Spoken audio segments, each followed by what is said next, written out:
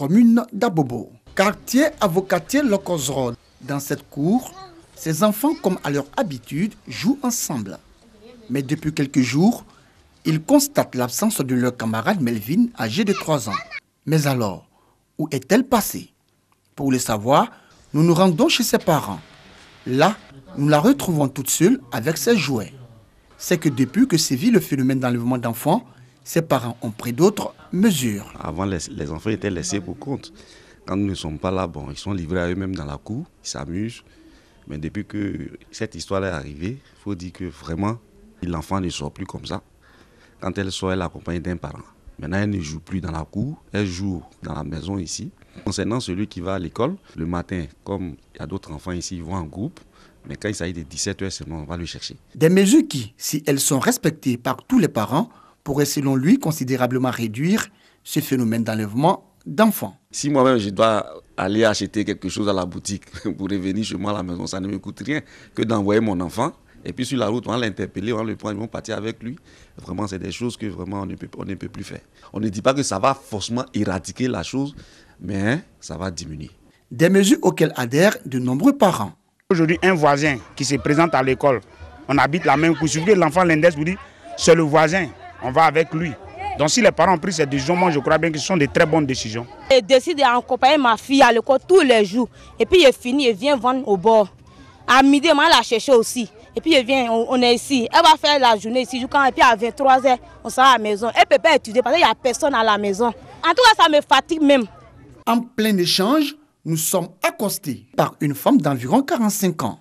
Son souci, la petite qu'elle tient en main n'est ni sa fille, ni sa nièce, encore moins son parent. La petite Regina, 3 ans, c'est d'elle qu'il s'agit, ne retrouve plus le chemin de la maison. Comment ta maman s'appelle?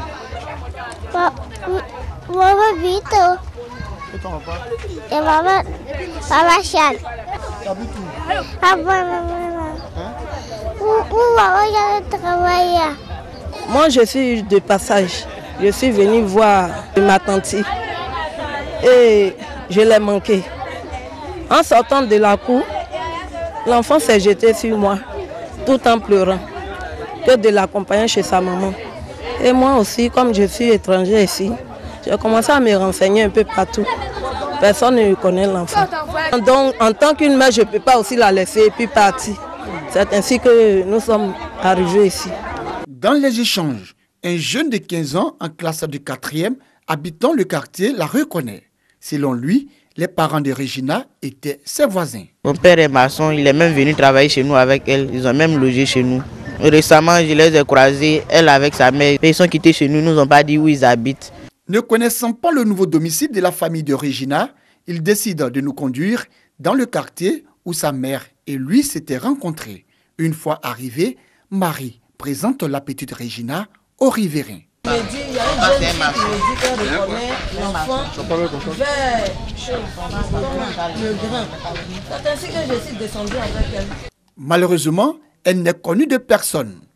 Les choses se compliquent. Nobel décide alors d'appeler son père pour qui le géniteur de Regina avait travaillé. Objectif, récupérer son contact. Maman m'a envoyé chez le boutiquier à Noah. En venant, j'ai trouvé Regina, la fille de tonton Charles qui est venue à la maison. Est-ce qu'elle n'a pas le numéro de son père? Oui, elle est perdue. Après quelques moments au téléphone, le père du jeune Nobel souhaite communiquer avec nous. Bonsoir monsieur, comment allez-vous?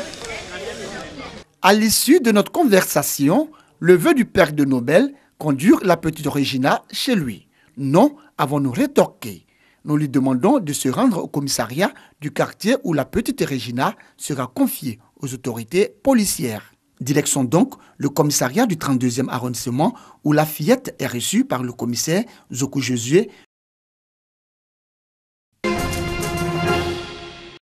Renforcer la gouvernance des programmes d'alimentation scolaire pour améliorer la nutrition et l'éducation des enfants. Thème au cœur de la 3e journée africaine de l'alimentation scolaire qui s'est tenue à Harare, la capitale du Zimbabwe. La ministre de l'Éducation nationale, de l'enseignement technique et de la formation professionnelle, Kandia Kamara, conduisait une forte délégation. Cette journée vise à marquer l'engagement des pays africains dans la promotion des programmes d'alimentation scolaire à base de mets locaux. Une stratégie en vue d'atteindre les objectifs de développement durable. La réforme liée à la politique de ciblage des bénéficiaires nous a permis d'identifier les zones vulnérables prioritaires et de transférer progressivement au gouvernement les cantines qui étaient prises en charge par le PAM. Le renforcement des capacités opérationnelles de 300 conseillers, la formation des directeurs et gérants sur l'utilisation du manuel de menu à base d'aliments locaux et sur les outils de collecte de données. Cette journée qui a permis à la Côte d'Ivoire de partager ses bonnes pratiques dans le domaine de l'alimentation scolaire a vu la participation du vice-président zimbabwéen. Plusieurs recommandations ont été faites à la Côte d'Ivoire. S'approprier les résolutions de la 3e journée africaine de l'alimentation scolaire, préparée avec l'appui de l'Union africaine, du Centre d'excellence de la lutte contre la faim du Brésil et le Programme alimentaire mondial, les termes de référence de la 4e journée africaine de l'alimentation scolaire de 2019 qui doivent être présentés aux partenaires. Présentation des séances en atelier, adoption du communiqué des journées, présentation des pays participants et visite de l'école de pisciculture. Des temps forts qui ont également meublé cette 3e journée africaine de l'alimentation scolaire au Zimbabwe. La 4e journée africaine de l'alimentation scolaire, celle de 2019, se tiendra en Côte d'Ivoire.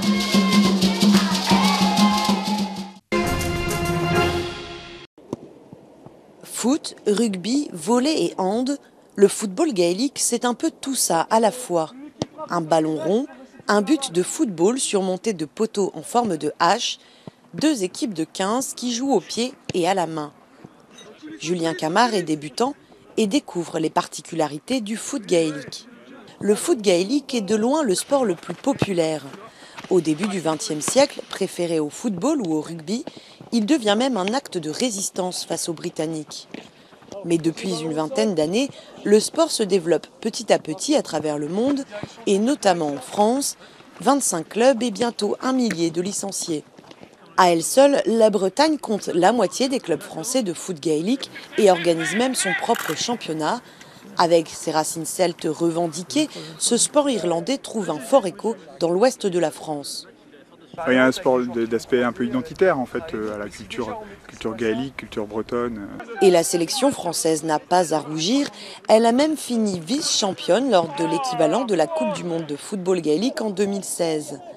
Prochaine échéance pour les Bleus, match amical contre le Luxembourg le 24 mars, en attendant les championnats du monde des Jeux celtes en août 2019 dans le mythique Croke Park de Dublin.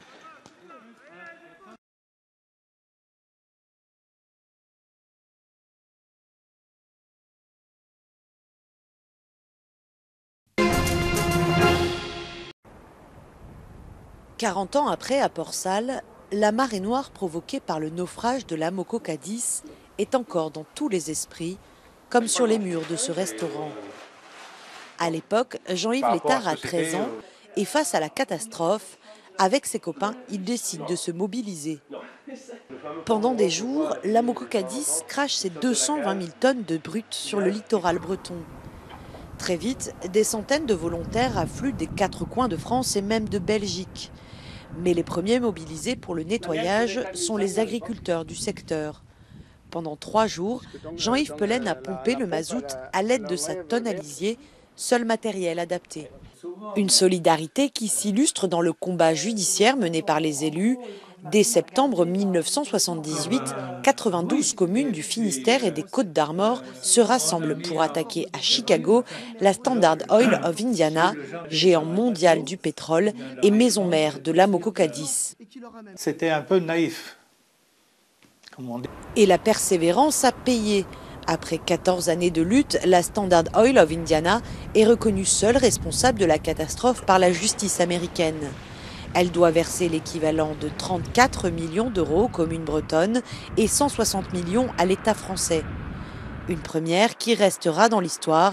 Le principe de pollueur-payeur voit enfin le jour.